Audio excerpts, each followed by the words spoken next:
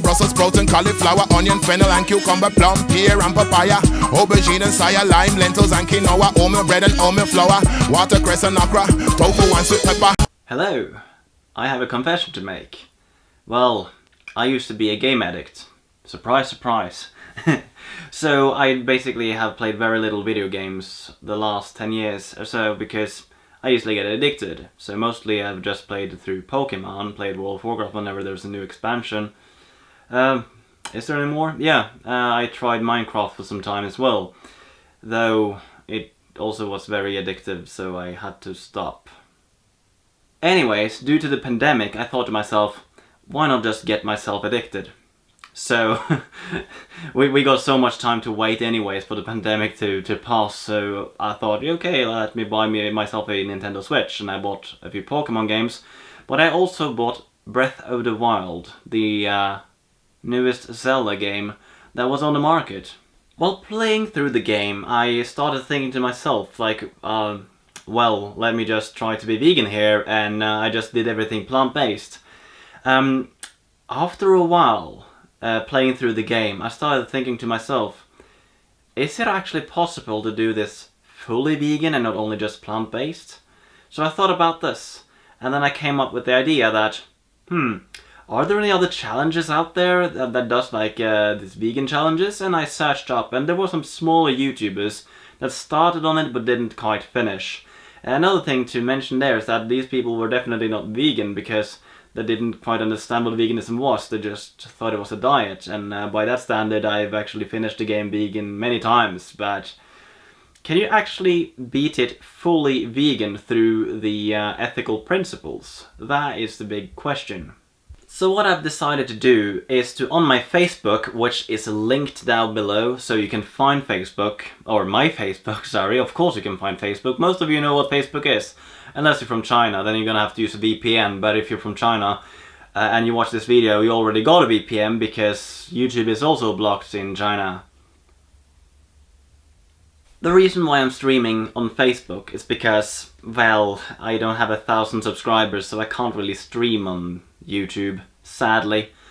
Hope that will change in the future, however. But this is something that I will do so people can tell that I'm not cheating, because I will play this game constantly on live stream. Well, unless like the live stream breaks up or whatever, but I'll try to be so that you can see every single piece of it, and when I'm done I will try to cut and put it into one video and upload the most important parts up to this channel.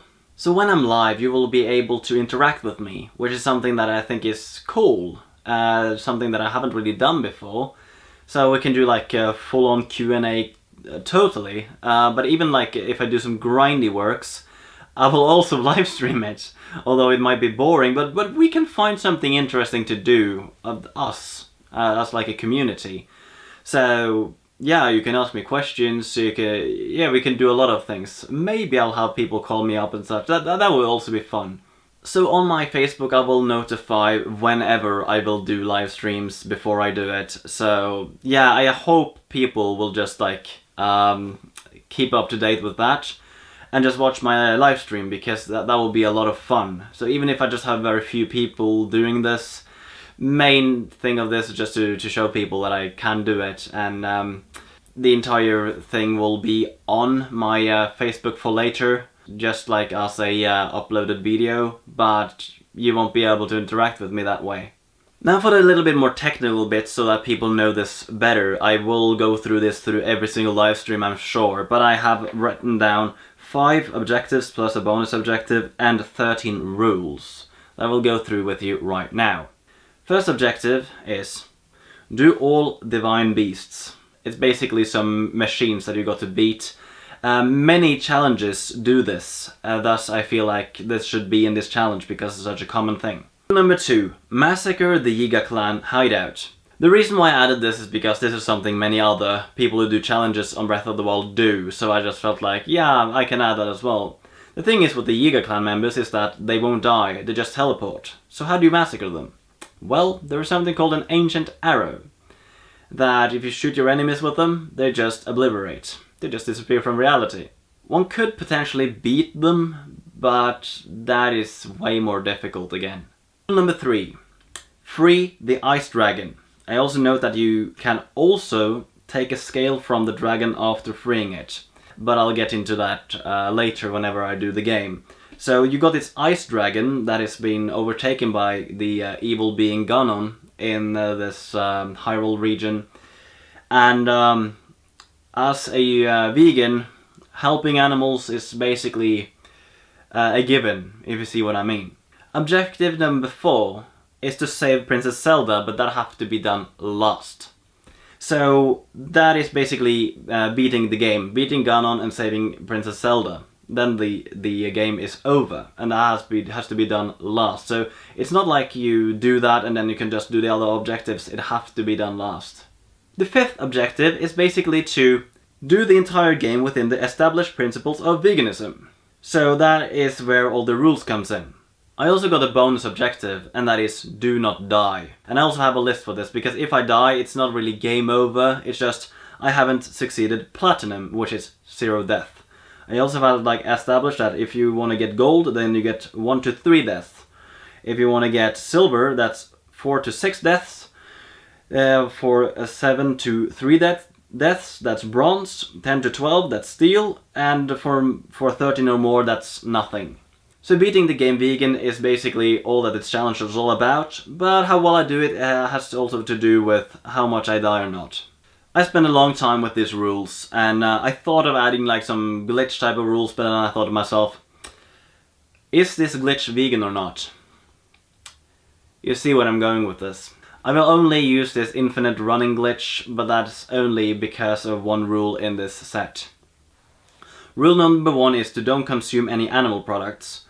Doesn't matter where you get animal products from, if it's gifted to you, if it's hunted, if it's gathered, if you steal it from enemies, you are not allowed to eat animal products at any point in the game whatsoever. Doesn't matter which animal it is. Number 2. Don't capitalize on animal products, so this means that you can't sell or buy animal products. Ever. No exceptions. If there's an animal product, don't sell it. Number 3. No riding on non-consensual creatures. And that means if the animals cannot consent, you cannot ride them. So that goes for horses, that goes for sand lions, that goes for bears, that goes for skeleton horses, that goes for deer, that goes for the whole lot. There are some times that you will ride on someone who can consent, and that is where this rule basically differs, because it doesn't really break with the principles of veganism. Rule number 4. Animals are only to be killed in self-defense, but only when practically needed.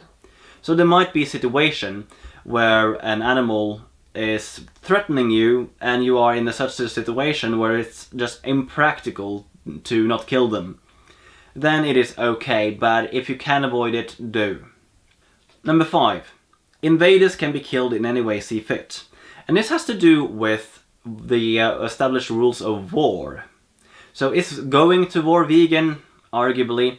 However, let's say you're a citizen of a country that is being invaded and you have access to weapon and to defend everyone around you. I guess most people would agree that that would be vegan. I'm sure some people would disagree, but I guess the majority would say that somebody who participates in the war can also be vegan.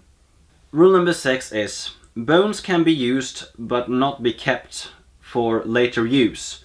Inventory dust is allowed.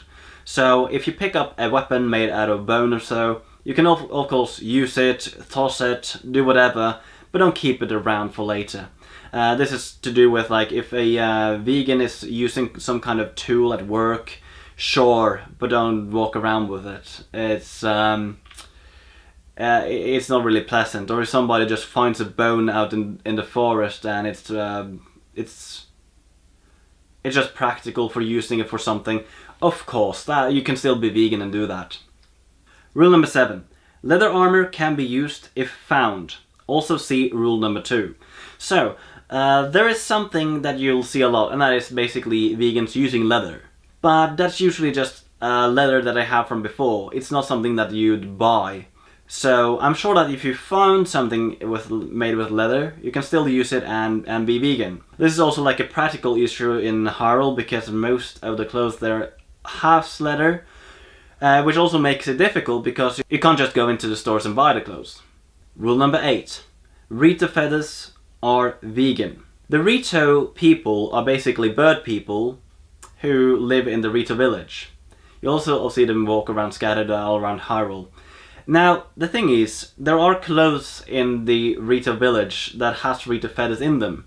The problem there is that they also contain leather. However, if you look at the arrows in this game, they also have feathers, but the only match I find of these feathers is actually from the Rito birds. And seeing that the majority of the clothes that you can buy with feathers is Rito feathers, I see no reason why those feathers aren't from the green Rito birds, which makes me absolutely convinced that I can buy arrows in Hyrule.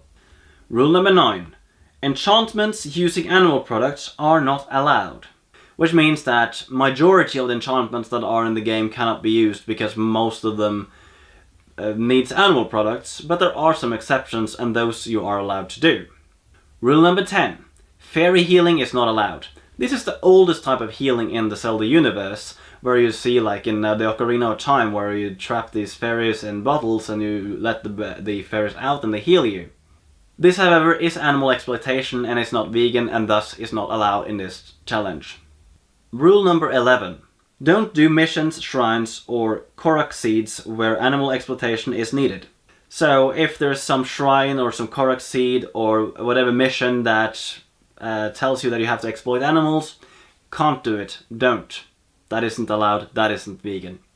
Rule number 12 is a very, well, not sort of like a rule, but it's more like a excuse than anything else. Accidents happens, that's all it says. So there might be times where you exploit animals unintentionally. For example, if you accidentally hit an animal, if you accidentally just jumped on some animal's back or something, it's not a big deal. Accidents do happen. In real world we step on insects all the time. These things do happen and it doesn't make you any less of a vegan if those accidents do happen. Rule number 13. Don't shoot at dragons, with one exception. So you see dragons flying around in Hyrule and by shooting at different parts of them, different shards will fall off of them. You aren't really allowed to do this because they cannot consent. However, in the mission where we have to free the dragon, the goddess can actually communicate with the dragon, and for thanking you, the dragon will allow you to take a scale off of them. This means that it is perfectly within the realms of veganism to do that. I hope you look forward for this. I'm really excited for this. I just want to start right away, but I know that I just need to get more people to know that I'm doing this.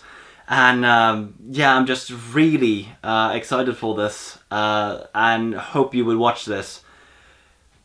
I so look forward to it.